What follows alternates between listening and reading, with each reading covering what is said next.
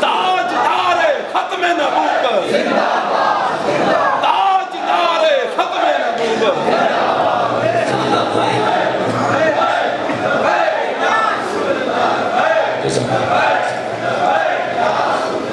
الحمد للہ الذی علم الانسان ما لم یعلم، والصلاة والسلام علی قاسم العلوم والحکم، وعلی آلہ وصحبہ سادات العرب والعجم، اما بعد فاعوذ باللہ من الشیطان الرجیم، بسم اللہ الرحمن الرحیم۔ قال اللہ تبارک و تعالی فی کلام المجید و فرقانہ الحمید، الذین استجابوا للہ والرسول من بعد ما اصابهم القرح للذین احسنوا منهم واتقوا اجر عظیم، الذین قال لهم الناس ان الناس قد جمعوا لكم فاخشوهم فزادهم ایمانا وقالوا حسبنا اللہ ونعم الوکیل۔ صدق اللہ مولانا العظیم وصدق رسولہ النبی الکریم الامین، وقال رسول اللہ صلی اللہ علیہ وآلہ وسلم كنت اول النبیین فی الخلق وآخرهم فی البعث۔ صدق رسول اللہ صلی اللہ علیہ وآلہ وسلم۔ دا محبوب دیدن دا پارا ز محشر تا خوشالے گم، دا محبوب دیدن دا پارا ز محشر تا خوشالے گم، چی دل بر پکل دیشی دا محشر اختر زمالے۔ اور یہ غازی یہ تیرے پراسرار بندے، جنہیں تو نے بخشا ہے ذوق خدائی، اور دنیم ان کے ٹھوکر سے صحرا و دریا سمٹ کر پہاڑ ان کی ہیبت سے رائی، اور دو عالم سے بیگانہ کرتی ہے دل کو، عجب چیز ہے لذت آشنائی، اور شہادت ہے مطلوب و مقصود مومن، نمال غنیمت نہ کشور کشائی۔ اور ہم سوئے حشر چلیں گے شاہ ابرار کے ساتھ،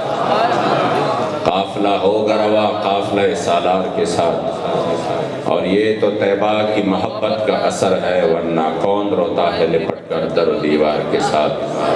اور اے مظہر ہم بھی سنیں گے کوئی نعت رنگی گر ملاقات ہوئی شاعر دربار کے ساتھ۔ فإن أبي ووالدتي وعرضي لعرض محمد منکم وقاء۔ بابا جی فرماتے تھے کہ ہمیشہ جس کا بھی نام رہنا ہے حضور ہی کی وجہ سے رہنا ہے۔ آج ہم یہاں پر پریم نگر میں حضور امیر المجاہدین فنافی خاتم النبیین قبلہ بابا جی خادم حسین رضوی رحمت اللہ تعالی علیہ ونور اللہ مرقدہ الشریف، آپ کے عرس مبارک کے موقع پر ایصال ثواب کے لیے اور تجدید عہد وفا کے لیے جمع ہے۔ مجھ سے پہلے انتہائی قابل صد احترام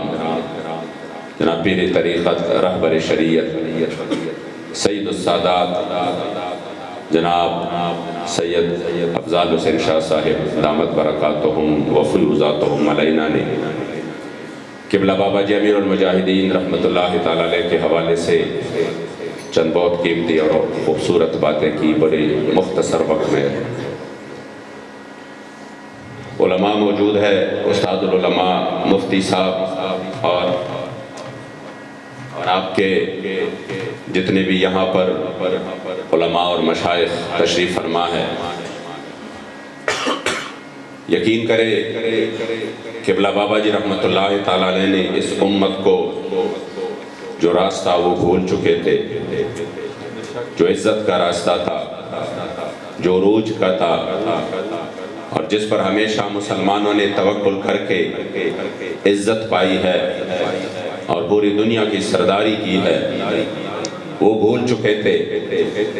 یہ بھٹک چکے تھے۔ قبلہ بابا جی رحمت اللہ تعالیٰ علیہ نے امت کو دوبارہ، اس قوم کو دوبارہ اسی راستے پر لگا دیا جو حقیقت میں عروج کا اور مسلمانوں کی پستی سے نکلنے کا صرف واحد ہی حل ہے، بابا جی رحمت اللہ تعالی علیہ تو وہ شخصیت تھے، عالم کفر آج بھی کانپ رہا ہے اس بات سے کہ آخر وہ کون سی طاقت ہے مسلمانوں میں کہ یہ چند مٹھی بھر نکل کر ہزاروں لاکھوں کو میدان سے بھگا دیتا ہے اور یہ فتح یاب ہوتا ہے۔ تو وہ کون سی طاقت ہے؟ تو انگریزوں نے جب 1857 کی جنگ آزادی میں ان کو شکست ہوئی تو انہوں نے میٹنگ کی، اور اس میٹنگ کا ایجنڈا بھی یہی رکھا کہ اس کی آپ حل نکالیں کہ وہ کون سی چیزیں ہیں۔ تو ان کو بتایا گیا دو چیزیں ہیں، ایک ہے حب مصطفیٰ اور دوسرا ہے جذب جہاد۔ جب تک مسلمانوں میں یہ موجود ہے انہی کو شکست نہیں دی جا سکتی۔ بابا جی فرماتے تھے میں نے خود سنا کہ میں اس قوم کے بچوں کی تربیت اس انداز سے کرنا چاہتا ہوں کہ جب بھی ان کے سامنے میرے کریم آقا کا نام مبارک آ جائے تو اس کی حیرت اور اس کی کیفیت بدل جائے، ان کی کیفیت بدل جائے۔ میں اس انداز سے اس کی تربیت کرنا چاہتا ہوں۔ اور آپ ہمیشہ فرماتے تھے حضور سے پیار کرنا ہے اور انیوا کرنا ہے، اس کا مطلب بھی یہی تھا۔ تو انہوں نے کہا یہ دو جذبے ہیں۔ تو لیہا نے اپنے حواریوں سے کہا وہ کون سی طاقت ہے؟ آپ تعداد میں زیادہ ہوتے ہیں، حضور کے غلام آ کر آپ کو لتاڑ دیتے ہیں، تو وجہ کیا ہے؟ تو ان کو بتایا گیا لیس منا رجل الا وهو يحب ان يموت صاحبه قبله وانا لنلقى قوما كلهم يحب ان يموت قبل صاحبه۔ ان کو کہا گیا کہ ہم میں سے ایک بندہ بھی ایسا نہیں ہے جو یہ چاہتا ہو کہ آج مجھے موت آئے۔ جب وہ مقابلے کے لیے نکلتے ہیں تو اپنے ساتھی کے پیچھے چھپ جاتے ہیں کہ آج اگر کوئی تیر آئے تو میرے ساتھی کو لگ جائے میں بچ جاؤں، لیکن ہم جن کا مقابلہ کر رہے ہیں ان میں سے ایک بھی ایسا نہیں ہے جن کی یہ دل میں ہو کہ آج مجھے جو ہے نا وہ میں بچ جاؤں، بلکہ وہ اس حال میں میدان میں آتے ہیں کہ وہ اللہ کے حضور سجدہ کر کے بار بار یہ دعائیں مانگتے ہیں کہ یا اللہ کہ جب آج دشمن سے مقابلہ ہو تو اس انداز سے ہو کہ سب سے پہلے موت مجھے ہی آ جائے۔ فرمایا جو موت کے لیے ڈرتے ہیں، جو موت کے لیے لڑتے ہیں، اس سے مقابلہ کیسا ہے؟ بابا جی خود فرماتے تھے کہ میں سیف من سیوف اللہ ملک شام حضرت سیدنا خالد بن ولید کی مزار مبارک پہ گیا، اور ادھر جب میں نے حاضری دی تو سامنے آپ کے مزار پر انوار پر آپ کا آخری جو قول مبارک تھا وہ لکھا گیا تھا، جس کا جو ہے نا وہ الفاظ یہی تھے لقیت کذا و کذا زفن فما فی جسدی شبر الا وفیہ دربت بسیف او طعنۃ برمح او رمیۃ بسہم۔ میں فلاں فلاں مارکے میں شریک رہا، میرے پورے جسم پر ایک بالش جگہ نہیں بچی جہاں پر تیر کا زخم نہ ہو، جہاں پر نیزے کا زخم نہ ہو، جہاں پر تلوار کی زخم نہ ہو، لیکن آج جب مجھے موت آ رہا ہے تو وہ موت مجھے اپنے بستر پر آ رہی ہے۔ تو اس وجہ سے کہہ رہے کہ آپ روئے، اور پھر اس کے بعد آپ نے ایک آخری پیغام دیا، اور وہ پیغام یہ تھا جس کو بابا جی نے اس انداز سے سرترجمہ کرایا۔ حضرت خالد بن ولید نے فرمایا فلا نامت آئینو الجبنا شالا بزدلانو کدی نیند ناوے، شالا بزدلانو کدی نیند ناوے۔ گویا کہ سیدنا خالد بن ولید فرماتے ہیں کہ موت نے تو آنا ہی آنا ہے، وہ چاہے بخار سے ہو، وہ چاہے عارض قلب سے ہو، وہ چاہے ڈینگی سے ہو، وہ چاہے ایکسیڈنٹ سے ہو، وہ چاہے اور کوئی سبب ہو، موت نے تو آنا ہے۔ لیکن جب 104 بخار ہو، خدا کی قسم اللہ کے حضور اس مسجد میں گواہی دیتا ہوں، مجھے وہ الفاظ بھی یاد ہے جو بابا جی نے اسی وقت فرمائے تھے کہ جب اسی رات جب ہم نے فرانس کے خلاف بھرپور قوت کے ساتھ فیض آباد میں جمع ہوئے، اور اس طرح آج وہ سردی نہیں ہے جو اسی دن یہ سردیاں تھی اور بارش ہوئی تھی، سخت ترین سردی تھی اسی میں، اور ہر طرف جو ہے وہ کنٹینر لگے تھے، گاڑی کے آنے کے کوئی چانسز نہیں تھے۔ بابا جی کس انداز سے آئے یہ تو اللہ ہی جانتے ہیں، لیکن جب آئے تشریف لائے تو میں نے دیکھا تو آپ کا خوبصورت چہرہ مبارک متغیر تھا۔ ان کی بابا جی میں تو بلا مبالغہ کہہ رہا ہوں میں نے سفید داڑھی میں اتنا خوبصورت شخص کبھی نہیں دیکھا۔ جس طرح بابا جی کو بندہ دیکھتا تو حیران رہ جاتا کہ اللہ کریم نے اس ہستی کو ظاہری حسن کتنا دیا ہے، لیکن جب میں نے دیکھا تو آپ کا چہرہ مبارک متغیر تھا۔ تو میں نے کہا حضور کیا وجہ ہے، آپ تکلیف میں لگ رہے ہو؟ تو فرمایا مجھے تو اب بھی بہت بخار ہے، بہت سخت بخار ہے اس وقت مجھے بھی، اور اپنا ہاتھ مبارک یوں آگے بڑھایا، میں نے اس طرح ہاتھ مبارک پہ اور نبض پہ اس طرح ہاتھ رکھا تو واقعی گرم بھی تھا اور بہت تیز شدید قسم کی وہ حرکت کر رہا تھا۔ تو میں نے کہا حضور آپ کا تو اب بھی بہت زیادہ بخار ہے، تو پھر کیوں آئے؟ یہاں پر آپ کے یہ سارے اولاد موجود ہے، بچے موجود ہے، اور رات کو انہوں نے ہر قسم کے آپریشن کا اور سختی اور تکلیف کا مقابلہ کیا، ڈٹے رہے اور اپنے مطالبات کے منوانے تک یہاں پہ رہیں گے، تو آپ کیوں آئے اتنی بیماری اور تکلیف میں مسجد میں ہوں؟ مجھے اس انداز سے جواب دیا، مجھے کہا کیا بات کرتے ہو امینی صاحب، یہ جان تو ہے ہی رسول اللہ کے لیے۔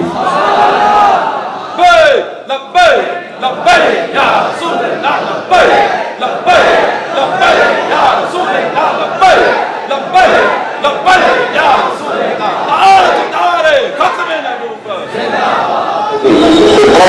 امام مالک کہتے کہ ساری امت مر جائے گا،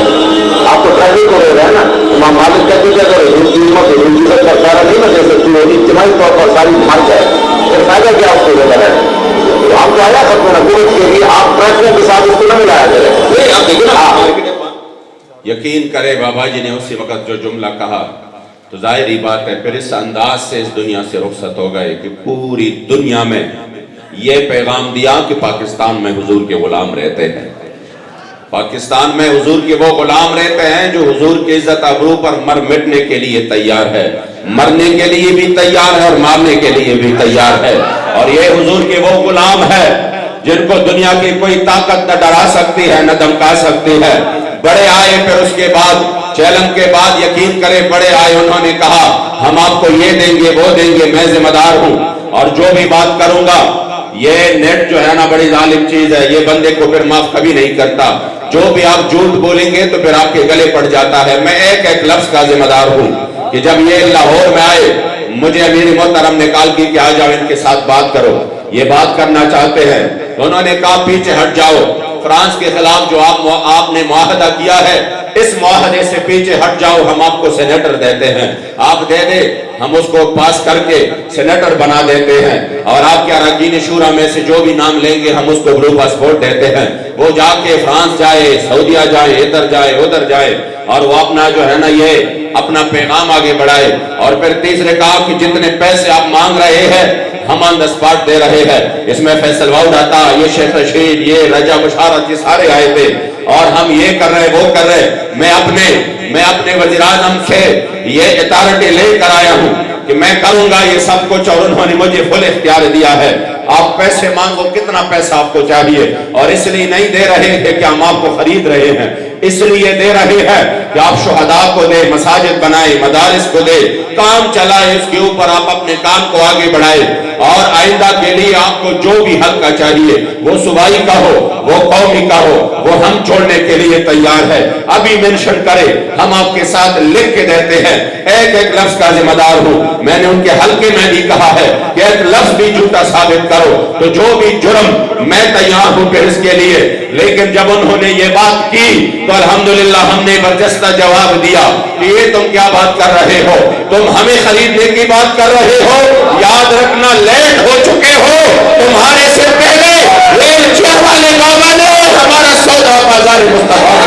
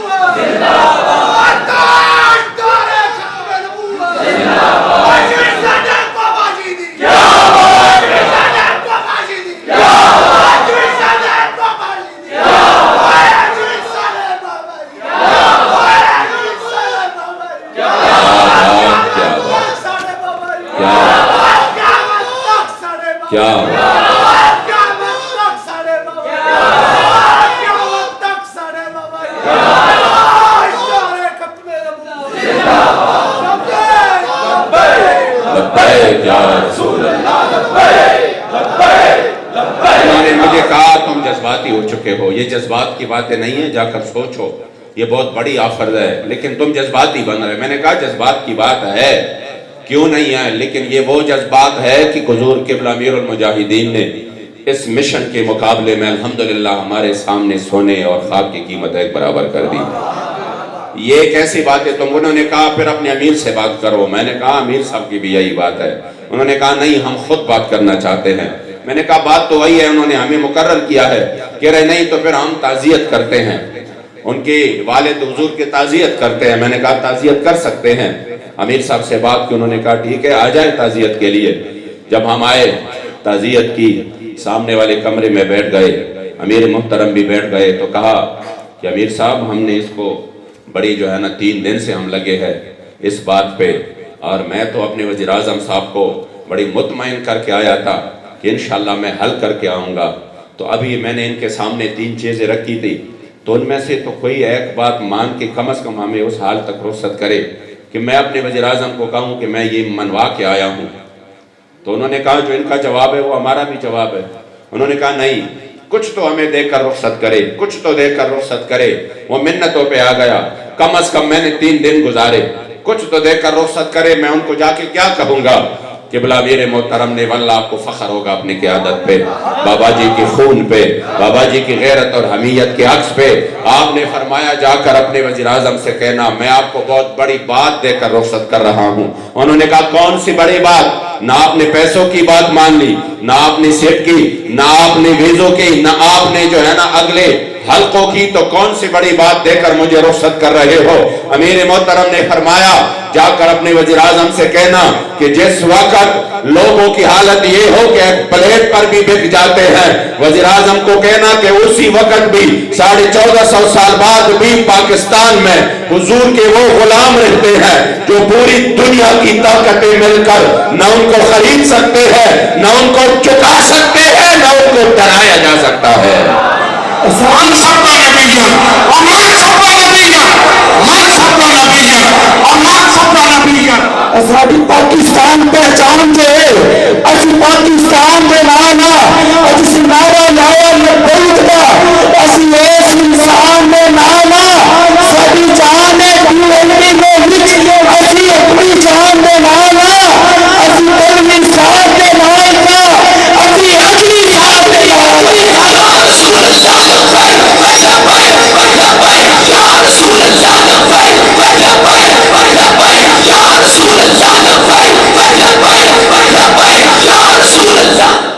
اقبال نے یہاں پہ فرمایا تھا تو نے پوچھی ہے امامت کی حقیقت مجھ سے، توجہ اس طرف، اقبال نے فرمایا تھا تو نے پوچھی ہے امامت کی حقیقت مجھ سے، حق تجھے میرے طرح صاحب اسرار کرے، اور ہے وہی تیرے زمانے کا امام برحق جو تجھے حاضر و موجود سے بیزار کرے، موت کے آئینے میں دکھا کر تجھے رخ دوست زندگی تیرے لیے اور بھی دشوار کرے، اور فتنہ یہ ملت بیدا ہے امامت اس کی جو مسلمان کو سلاطین کا پرستار کرے۔ انہوں نے کہا یہ کیسے لوگ ہیں؟ یقین کرے تو موت نے تو آنا ہے، لیکن بابا جی جب اس دنیا سے آپ رخصت فرمانے لگے تو اس حال میں کہ فرانس تک اور ان کی یاروں تک پیغام پہنچایا کہ ہم اس حال میں جا رہے ہیں کہ پوری معاہدہ لکھ کر پاکستان کے حکومت کی اور اس کو زبردستی ان سے لکھوا کر یہ جا رہے ہیں کہ یاد رکھنا ہم مر مٹ جائیں گے، دنیا ادھر سے ادھر ہو جائے، لیکن حضور کی عزت و آبرو پر کوئی کمپرومائز نہیں۔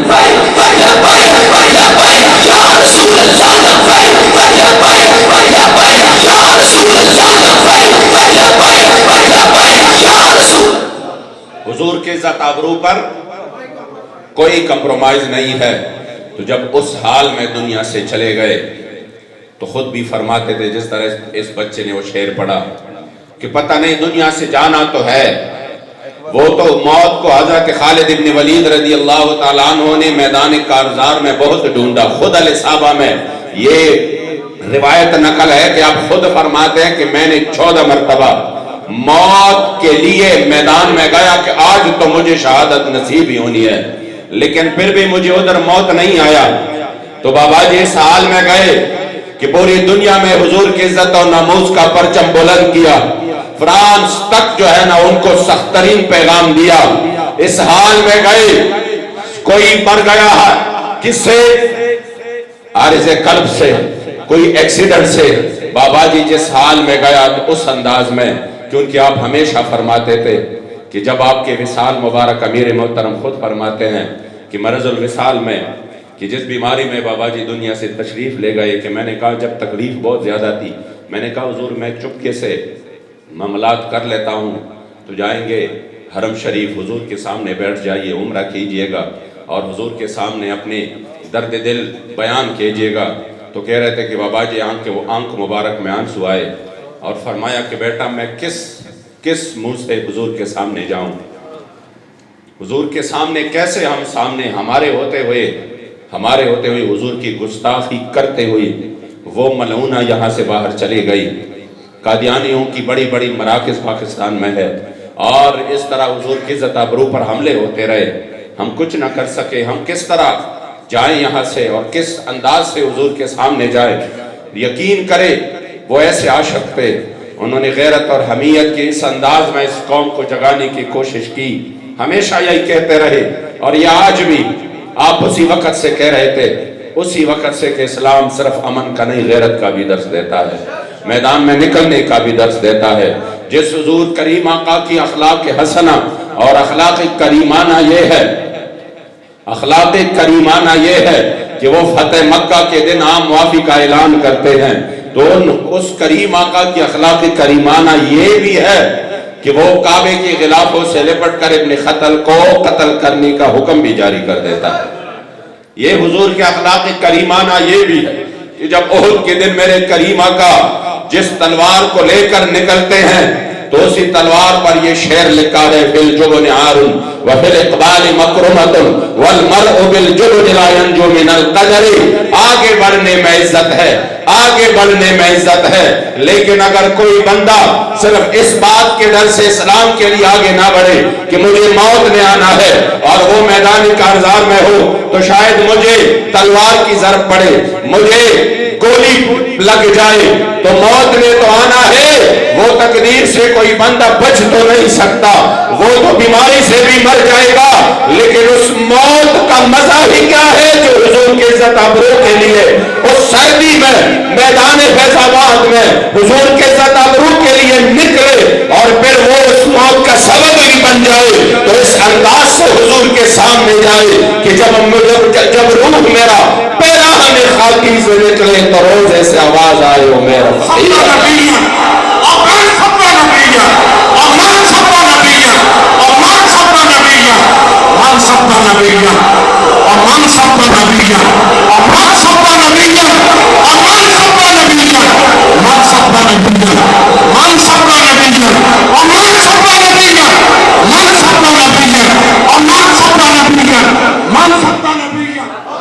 آپ یقین کریں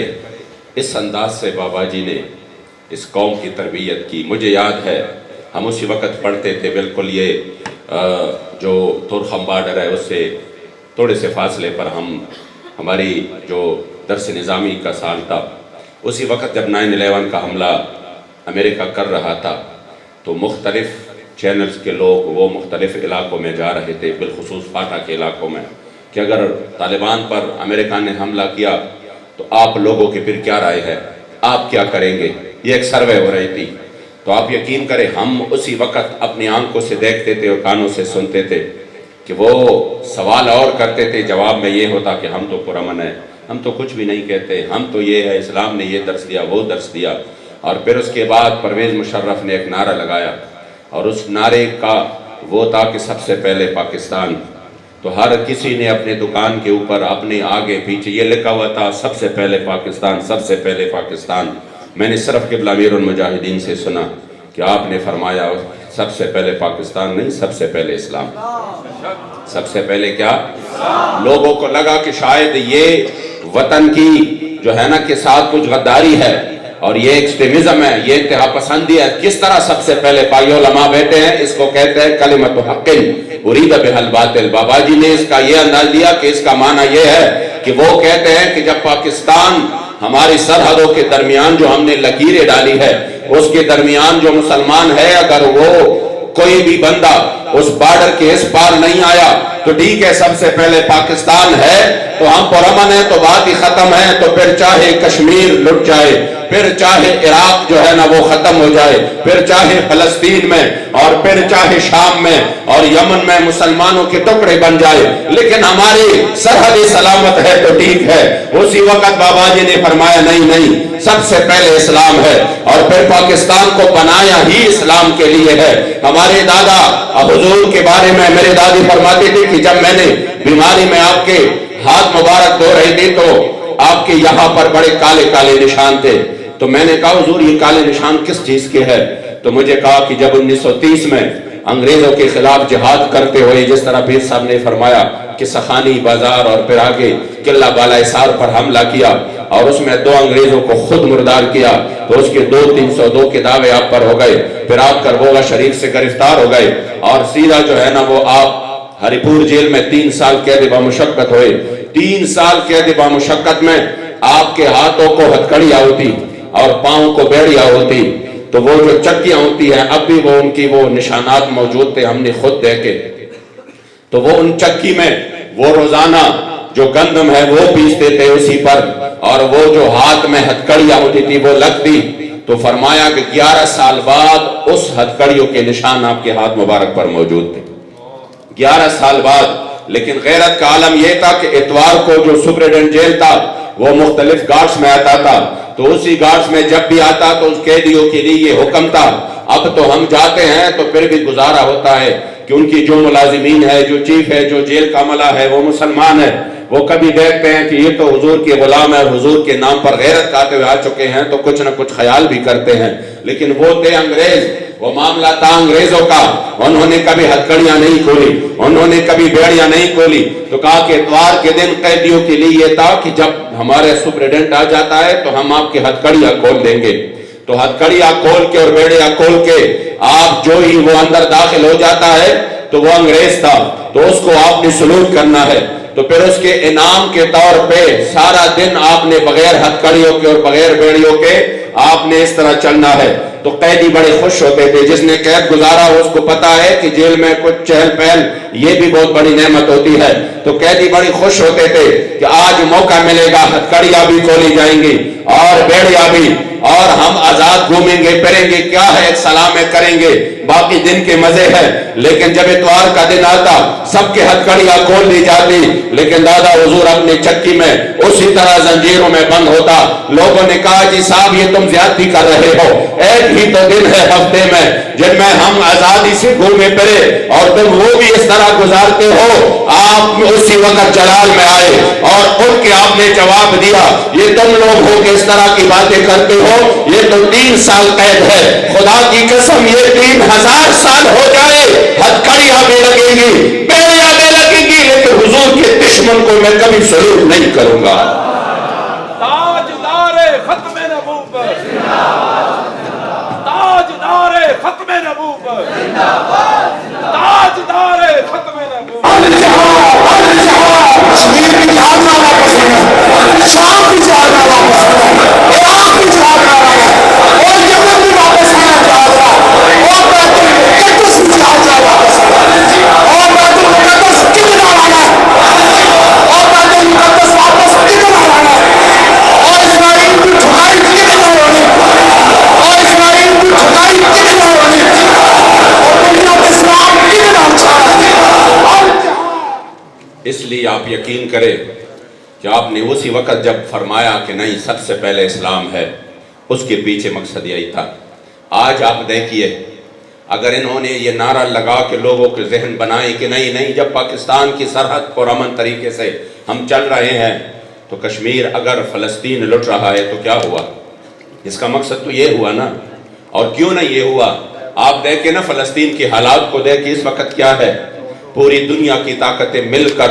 حماس کے چند 100 مجاہدین کو، چند ہزار مجاہدین کو وہ اس وقت ان کے خلاف برسر پیکار ہے، اور جا کے وہ اسپتالوں پہ، مساجد پہ، پناہ گزین کیمپوں پہ وہ جا کے بمباری کر رہے ہیں، سویلین کو مار رہے ہیں، اور روزانہ ہمارے سامنے وہ عجیب مناظر ہے کہ بندہ اس کو دیکھ نہیں سکتا،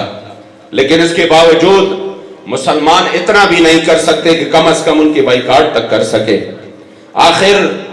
یہ حالت کیوں بنا؟ بابا جی فرماتے تھے یہ اس وجہ سے کہ ہم نے کہا نہیں سب سے پہلے یہ ہے پھر بعد میں وہ ہے، نہیں، سب سے پہلے اسلام ہے۔ اگر اسلام ہے تو جو فلسطین کا بچہ ہے پھر وہ آپ کا بھی بچہ ہے۔ اگر فلسطین میں کسی مسلمان کو درد ہو رہا ہے تو پھر چاہیے یہ کہ وہ چارسدہ اور پشاور کی مسلمان بھی محسوس کرے، قصور کی مسلمان بھی محسوس کرے۔ اگر وہ محسوس نہیں کرتا تو پھر یوں سمجھو کہ یہاں پہ کچھ کمی ضرور ہے۔ پھر اگر وہ محسوس نہیں کرتا، کون محسوس کرتا ہے وہ درد؟ ہم نے تو یہ ظلم کیے جب پہلی مرتبہ ادھر بمباری شروع ہوئی اور مسلمان ہماری ماؤں بہنوں کی اور ہمارے بچوں کی وہ جسموں کی جو ٹکڑے تھے وہ اڑ رہے تھے۔ مجھے یاد ہے اسی وقت پاکستان اور انڈیا کا میچ ہو رہا تھا اور اسی میچ کے لیے پاکستان کے ہر بڑے گراؤنڈ پہ بڑے بڑے اسکرین لگائے گئے تھے اور انہیں اسکرینوں پر ایک ایک چکے اور چوکے کے ساتھ ڈول بجائے جا رہے تھے۔ میں نے اسی وقت جمعے کے خطابت میں کہا تھا، میں نے کہا تھا یہ دنیا تو اب گلوبل ویلیج بن چکا ہے۔ یہ تو اگر دیکھیں گے کہ ہمارے اوپر یہاں پہ قیامت ہے اور ہمارے پاکستان کے بھائی اس وقت مساجد میں جا کے سجدے اور دعاؤں کے بجائے وہ جا کے میچوں کے سامنے اور ایک ایک چکے اور چوکے کے سامنے ڈول بجا رہے ہیں تو ان کے دل پر کیا گزرے گی؟ وہ کیا سنیں گے کہ دیکھو انہوں نے ہمارے ساتھ آنسو بھی نہیں بہائے، ہمارے ساتھ فریاد بھی انہوں نے نہیں کی، ہمارے لیے انہوں نے ایک دودھ ہمارے بچوں کے لیے فیڈر تک نہیں لے آئے کہ وہ ان کی زندگیاں بچ جائے۔ خدا کی قسم یہ اتنا بڑا جرم ہے۔ بابا جی اس درد کے ساتھ دنیا سے چلے گئے ہیں کہ آپ نے فرمایا ہم کس منہ سے حضور کے سامنے جائیں گے، کون سا چہرہ حضور کے سامنے دکھائیں؟ اگر وہ چھوٹا بچہ جن کے اوپر ملبہ گرا ہے اور وہ 4-5 سال کا بچہ ہے اور اس کی گھر پر بمباری ہوئی ہے اور اس بمباری میں اس کا پورا خاندان شہید ہوا ہے، وہ ایک بچہ آپ نے ویڈیو دیکھی ہوگی سوشل میڈیا پر، 4-5 سالہ بچہ ہے اور وہ اتنا ایک سوراخ بچہ ہے، وہ بیچارہ وہ معصوم بچہ زخمی بھی ہے لیکن بچ چکا ہے، تو وہ اس سوراخ میں اپنے چھوٹے چھوٹے یہ ہاتھ نکال کے اشارے کر رہے ہیں کہ مطلب میں بچ چکا ہوں، کوئی آ کر یہ ملبہ ہٹا لے اور میری زندگی بچائے۔ اور پھر اسی سوراخ میں وہ حسرت بری نگاہوں سے 57 مردہ ممالک کو دیکھ رہے ہیں کہ ہے کوئی کہ یہاں پہ آئے اور کوئی مشینری لائے اور اس ملبے کو ہٹائے تاکہ میں بچ جاؤں۔ میں نے کہا بچے کس طرف دیکھ رہے ہو؟ پاکستان کی طرف یا عرب ممالک کی طرف جن کو حب الدنیا و کراہیت الموت کے کریہ منظر نے گھیرا ہے، جن کے سامنے جب اسلام کی بات ہو تو وہ جا کے کہتے ہیں ہمارا امپورٹ ایکسپورٹ خراب ہو جائے گا۔ جب ہم ان کے سامنے فرانس کی جواب کی بات کر رہے تھے کہ حضور کے نام پر عزت پر غیرت کھاؤ، جواب دو فرانس کو، وہ آگے سے کہتے تھے نہیں ہمارا امپورٹ ایکسپورٹ خراب ہو جائے گا۔ ہم نے کہا بلا خراب ہو جائے ورنہ خراب نہیں ہوتا، کون دیتا ہے دینے کو منہ چاہیے، دینے والا ہے سچا ہمارا نبی، تو آیا نظر تے کیوں بد نصیبہ، ہزارہ رنگا وچ رنگے دے محمد، تم آؤ حضور کی طرف، یقین کرے خرابی نہیں ہوگی۔ انہوں نے کہا نہیں یہ جذبات کی باتیں تم کر رہے ہو اور ہم حقائق کی بنیاد پر، گراؤنڈ ریالٹی کی بنیاد پر کر رہے ہیں۔ تو ہمیں حضور امیر المجاہدین نے فرمایا کہ ان کے سامنے یہ باتیں رکھو کہ بھلا پاکستان اگر مشکل میں آ جائے، مشکل میں نہیں آئے گا لیکن چلو تمہارے بقول تو ہم سختی برداشت کریں گے، ہم 3 ٹائم کا کھانا نہیں کھائیں گے، ہم 2 ٹائم کا کھائیں گے، ہم 1 ٹائم پہ گزارا کریں گے، ہم 10 جوڑوں کے بجائے 1 پہ گزارا کریں گے، ہمارے بچے اچھے اسکولوں میں نہیں پڑھیں گے، ہم اس کے لیے جو ہے نا وہ کم فیسوں والے اسکول میں داخلہ لیں گے، ہم اچھی چیزیں نہیں کھائیں گے، ہم گزارا کریں گے، ہر چیز کے بغیر گزارا ہوگا، چاہے وہ پیٹرول جہاں بھی چلے جائے، پہلے بھی گزارا تھا، اب بھی لوگوں کی زندگی چل رہی ہے، مشکل ہے لیکن زندگی چل رہی ہے، گزارا ہے، لیکن ان کو کہیے گا کہ اگر مصطفیٰ کریم علیہ السلام ناراض ہو گئے اور میرے کریم آقا نے رخ انور پیر لیا تو پھر کسی کا کوئی گزارا نہیں۔ وہ مجھے بتائیں نا وہ کون سا منظر ہے جہاں پر آپ کو حضور کی ضرورت نہ پڑے، وہ کون سی منظر ہے، وہ کون سا وقت ہے، وہ کون سا لمحہ ہے۔ امام اہل سنت نے تو یہاں تک فرمایا وہ جہنم میں گیا جو تجھ سے مستغنی ہوا، ہے خلیل اللہ کو حاجت رسول اللہ کی، اور لا ورب العرش جس کو جو ملا ان سے ملا، پڑتی ہے کونین میں نعمت رسول اللہ۔ یا رسول اللہ لبیک لبیک لبیک، یا رسول اللہ لبیک لبیک لبیک، یا رسول اللہ لبیک لبیک لبیک، یا رسول اللہ لبیک لبیک لبیک، یا رسول اللہ لبیک لبیک لبیک، یا رسول اللہ لبیک لبیک لبیک۔ مجھے امیر محترم فرماتا ہے کہ بابا جی تنہائی میں روتے تھے، قوم کی یہ حالت دیکھ کر روتے تھے، کشمیر، برما، چیچنیا، فلسطین کی مظلوموں کی سن کر آپ روتے تھے، اور یہ کہتے تھے کہ ہائے کاش وہ وقت کب آئے گا کہ مسلمان پھر سے اپنی غیرت والی زندگی کی طرف لوٹ جائے، مسلمان پھر سے حضور کے دین کے لیے میدان میں آ جائے۔ حقیقت بات تو یہ ہے کہ وہ کون سی عذر ہے جو اس معصوم چھوٹے بچے کی اس ہاتھ کو ہمارے گریبان تک جو پڑھ رہے ہیں، ہم اس سے بچ جائے بروز محشر، اور وہ ہمارے گریبانوں میں نہ پڑے۔ وہ کون سی عذر ہے؟ وہ عذر کوئی نہیں ہے۔ اس لیے قبلہ امیر المجاہدین اور تحریک لبیک یا رسول اللہ آپ کو اس بچے کے اس گریبان سے آپ کو بچانا چاہتے ہیں کہ بروز حشر وہ بچے کے ہاتھ ہمارے گریبان میں نہ پڑے، وہ شکایت ہمارے خلاف نہ لگے، جو شکایت اس بابا اپنے پورے خاندان کے سامنے، جو کہ پورا خاندان شہید ہو چکا ہے، وہ آگے سے کہہ رہا ہے کہ میرے مصطفیٰ کو سلام کہنا، اور سلام کے بعد حضور کو شکایت لگانا کہ آپ کی امت نے ہمارے ساتھ بہت بے وفائی کی ہے۔ تو اس بے وفائی سے ہم کیسے بچیں گے؟ یقین کریں اس سے بچنے کا ایک ہی راستہ ہے کہ ہم سب حضور کی دین کی طرف آ جائیں، حضور کے عزت آبرو کے لیے میدان میں آ جائے، اور انشاءاللہ جب ہم اس میدان میں آئیں گے تو پھر وہ وقت دور نہیں کہ پاکستان پوری دنیا کی سرداری کرے گا، پاکستان کو اللہ کریم جل جلالہ پھر عروج بخشے گا، اور یہ سب ممکن ہے کہ جو ہمیں حضور امیر المجاہدین نے غیرت اور حمیت کا درس دیا ہے، ہم اسی کو پکڑ کر انشاءاللہ تعالی میدان میں آ جائے، اور تادم مرگ اسی پر کار بند رہ کر حضور کے دین کے لیے میدان میں نکلے۔ یقین کرے پھر یہ وقت آئے گا کہ انشاءاللہ تعالی پاکستان میں حضور کی عزت و ناموس کا پرچم بلند ہوگا، ہر طرف حضور کی غلاموں کا راج ہوگا، اور میرے مصطفیٰ کریم علیہ السلام کی غلام وہ ہر طرف میرے کریم آقا کی دین کے لیے میدان میں ہوں گے۔ اللہ کریم جل جلالہ ان تمام احباب کا یہ پروگرام کرنا، یہ پروگرام، اور یہاں پہ آپ سب کو جنہوں نے مدعو کیا اور جس انداز سے خوبصورت محبت والی اور آپ کی عقیدت اور